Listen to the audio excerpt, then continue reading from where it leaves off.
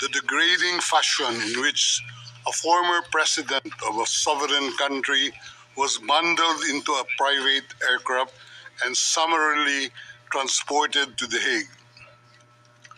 To us lawyers, this would be called an extrajudicial rendition. To the less legally inclined, it was a pure and simple kidnapping. My client was denied all access to the legal recourse in the country of his citizenship, and this all in the nature of political score settling. Two troubled entities struck an unlikely alliance, an incumbent president who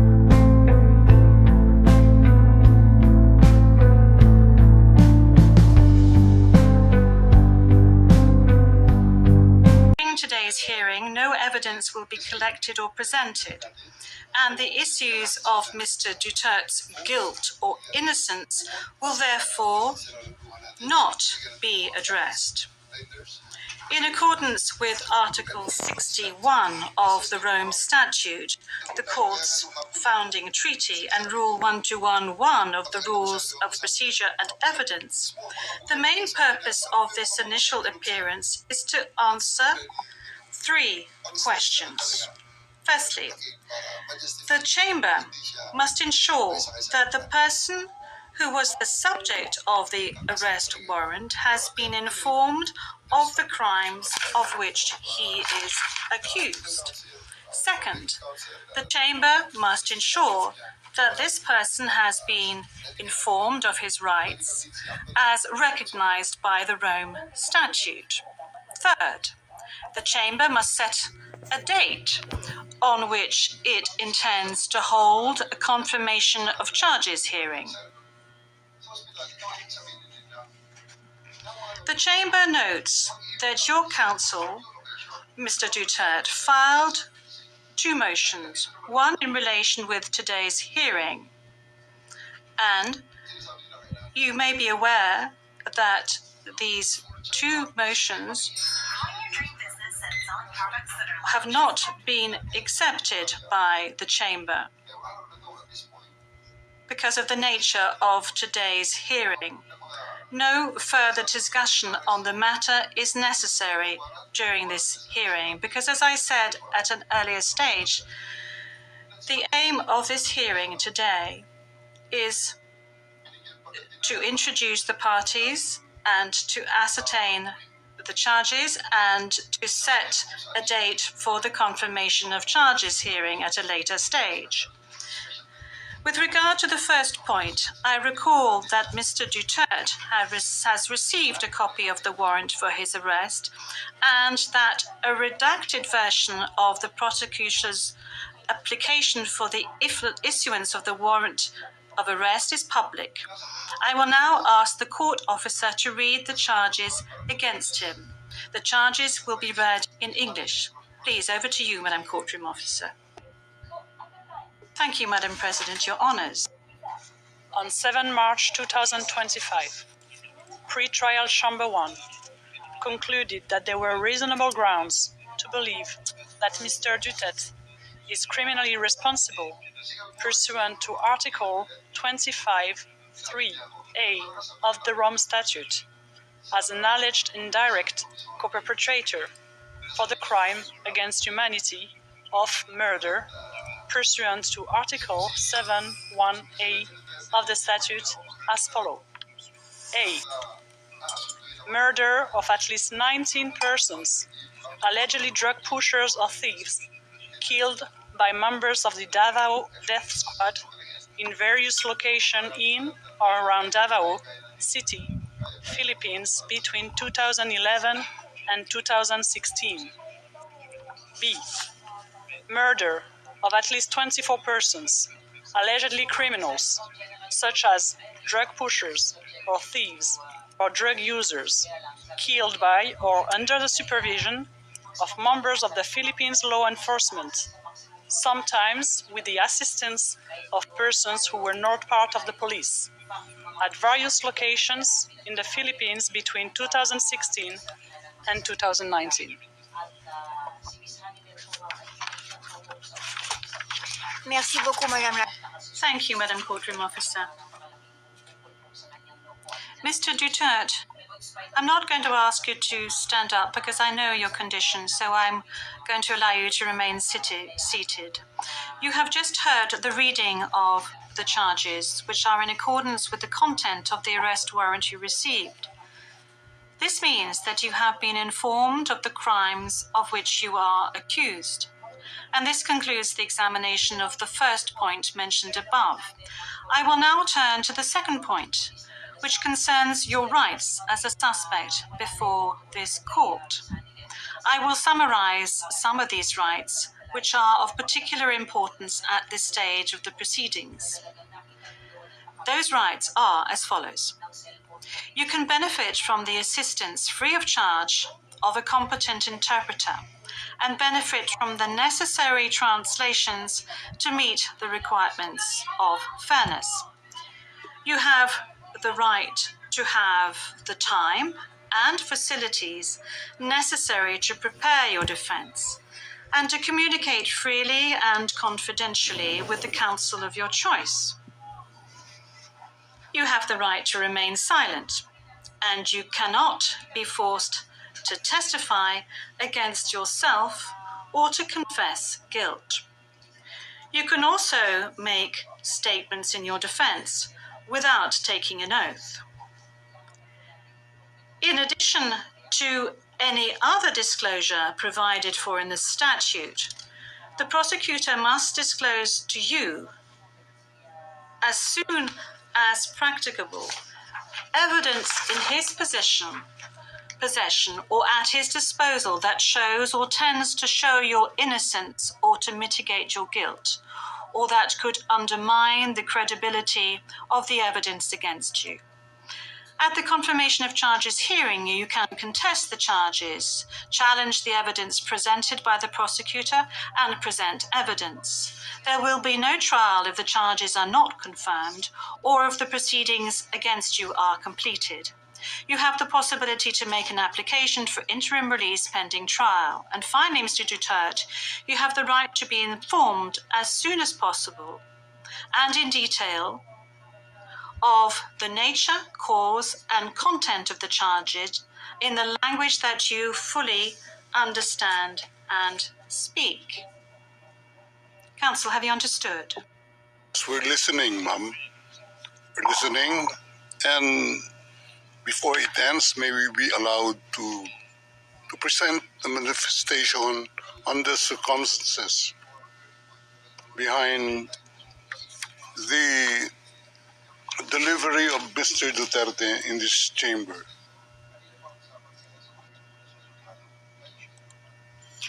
Oui, maître, je dois d'abord demander... Yes, counsel.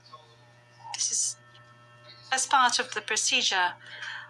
And as we've said since the very outset, I need to ask Mr. Duterte himself to make observations as to the condition of his surrender to the court and the conditions of his detention at the detention facility of the court since his arrival. If he can please tell us these details. Thank you. Can I... Oui, maître. Oui. The presiding judge. Yes, counsel. Please. 2 days ago, the whole world has witnessed the degrading fashion in which a former president of a sovereign country was bundled into a private aircraft and summarily transported to The Hague. To us lawyers, this would be called an extrajudicial rendition. To the less legally inclined, it was a pure and simple kidnapping. My client was denied all access to the legal recourse in the country of his citizenship, and this all in the nature of political score settling.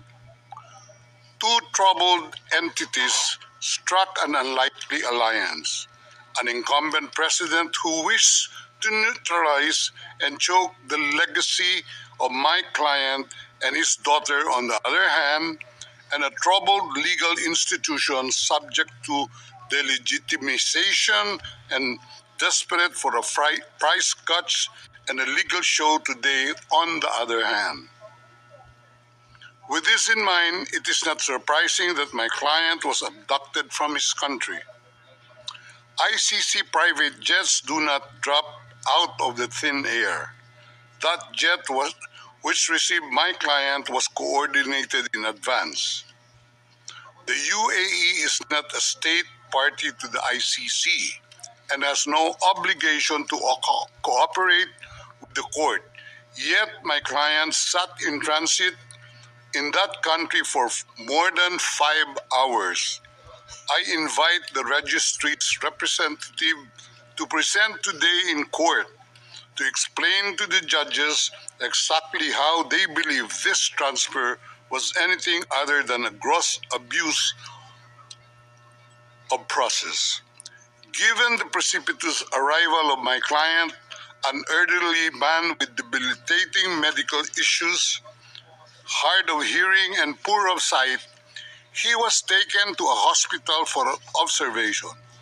Only this morning have I met him for the first time with less than an hour to discuss legal issues. I have not been able to present him with a hard copy of the arrest warrant because we were not supplied with such. I have not even been able to explain to him what the prosecution requested when seeking the issuance of the arrest warrant. This is because the chamber only established a redacted version of the prosecution request last night. Other than to identify himself, my client is not able to contribute anything to this hearing. Most importantly, he is not able even to tell you that he has been informed of the charges as contained in the arrest warrant for a reason more pertinent to which I alluded in my written request to this honorable pre-trial chamber this morning, and which is confidential in nature. Accordingly, I repeat my respectful request, which was rejected this morning, to postpone the substantive aspect of this hearing to the next week, when I will have the opportunity to sit with my client and to explain to him what a confirmation hearing is and what the disclosure is and how the prosecution alleges that he committed crimes.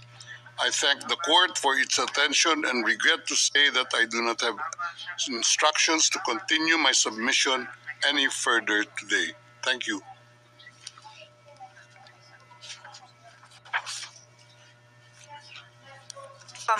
D'abord, concernant Thank you, Counsel. Now, with regard to the health issues of Mr. Duterte, I believe that the court has taken specific measures with regard to his health situation, and I note that subsequent to his arrest and when he arrived at the detention center, the court's doctor was of the opinion that you were fully mentally aware and fit, and that you have undergone further checks and tests at the detention facility. And when you broached health matters, that's saying that you were not able to come to the hearing, the doctors who consulted with you were of the opinion that Mr. Duterte was not in a position to come to the hearing physically, but that if he gave a written permission, he would be able to take part via video link. Now, that is with regard to the health matters that you just mentioned. They are very important, especially concerning the matter of age. Now, with regard to the rights of Mr. Duterte, we have before us the registrar's or the registry's report that says that Mr. Duterte has been informed of his rights, including Articles 66 and 67 of the Rome Statute, and that that he is aware of his rights and that he is also aware of the charges against him. We have before us the report of the registry saying that he was also aware of the warrant of arrest in the English language and that he is very well versed in the English language. Once again, you have the possibility of these charges being read in English, which was the case today. I have read to you in the French language the rights that he has, Mr. Duterte, before this court, and I'd like to specify once again that this is an initial hearing. In order for Mr. Duterte to be aware of his rights and the charges against him. And then there will be a full procedure that will unfurl leading up to the confirmation of charges that will enable Mr. Duterte to raise all the matters that you have just raised with regard to the warrant of arrest, with regard to the crimes committed, with regards to the charges, and any other matters associated with his arrest, and the matters of jurisdiction of the court. You have the opportunity to do this throughout these proceedings leading up to the actual confirmation of charges hearing. Now, counsel, with regard to your request for another hearing to be held next week, well, your initial request, that was, this was not accepted by the court. Now, you have seen the two decisions of the court that have been disclosed to you, and you are aware of the fact that these two decisions were refused. And this is by dint of the fact that this first initial appearance hearing does not need much preparation, as I have said to you on a number of occasions. I am now going to move on to the third stage, which is to set the date for the confirmation of charges hearing. After assessing all factors, including the need for the parties and participants to adequately prepare, as well as Mr. Duterte's rights, including his right to be tried within a reasonable time, the date for the commencement of the confirmation of charges hearing is September the 23rd, 2025. I would add that in accordance with Rule 1217 of the Rules of Procedure and Evidence, this date may be postponed by the Chamber depending on the progress of the proceedings, either on its own motion or at the request of the prosecutor or the defense. Before concluding this hearing, I would like to inform the parties of the next procedural steps. First, I would like to recall that in accordance with Rule 1212B of the Rules of Procedure and Evidence, the Chamber holds status conferences to ensure a small exchange of information under satisfactory conditions. These conferences are organized either ex officio or at the request of the prosecutor or the defense. Secondly, a set of decisions will be taken in a timely manner to ensure that the proceedings progress smoothly and expeditiously. More specifically, I am referring in particular to a decision on the arrangements and procedure for the disclosure of evidence, and a decision setting a timetable for the disclosure of evidence in such a way as to ensure orderly and efficient disclosure between the parties. In this regard, the Chamber orders the prosecutor to begin disclosing today the information on the basis of which the warrant of arrest was issued, and to complete this disclosure no later than within the next 7 days. The Chamber will also issue a decision on the participation of the victims who, according to the statute of the court and to the extent permitted by the Chamber, are authorized to present their views and concerns at this stage of the proceedings. We have come to the end of Mr. Duterte's first appearance hearing. I would like to thank all the participants in this hearing, the interpreters, and the stenographers. This concludes today's hearing.